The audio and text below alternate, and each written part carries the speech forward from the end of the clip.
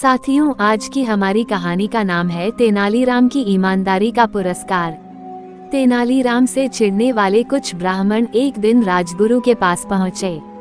वे जानते थे कि राजगुरु तेनालीराम का विरोधी है और बदला लेने में उनकी मदद करेंगे। उन्होंने मिलकर योजना बनाई कि तेनालीराम को शिष्य बनाने का बहाना किया जाए। शिष्य बनाने की रस्म में तेनालीराम के शरीर को दागा जाएगा और इस प्रकार उनका बदला पूरा हो जाएगा। इसके बाद राजगुरु उसे निम्न कोटि का ब्राह्मण बताकर शिष्य बनाने से इनकार कर देंगे। अगले ही दिन राजगुरु ने तेनालीराम को अपने घर बुलवाया और उसे शिष्य बनाने की बात बताई।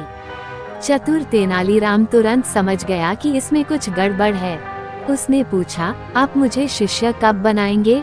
राजगुरु ने कहा, इस मंगलवार को। उस दिन स्नान करके मेरे द्वारा दिए गए नए वस्त्र धारण करके आ जाना।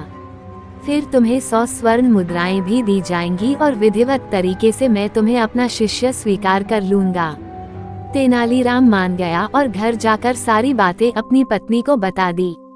उसकी पत्नी ने कहा, राजगुरु बिना किसी मतलब के कभी कुछ नहीं करता, इसमें उसकी कोई चाल जरूर होगी।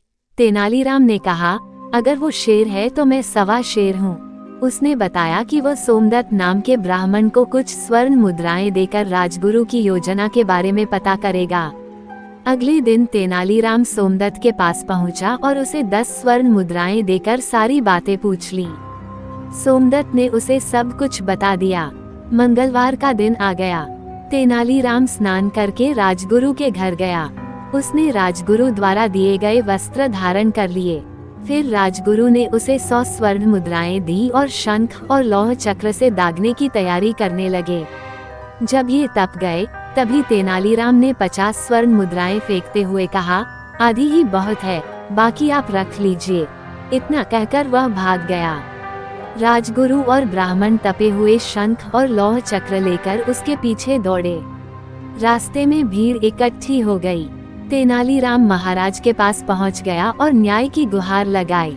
उसने बताया कि उसे शिष्य बनाया जा रहा था, पर याद आया कि वो निम्न कोटि का ब्राह्मण है, इसलिए आधी विधि होने के कारण उसने 50 स्वर्ण मुद्राएं रख ली और बाकी राजगुरु को दे दी।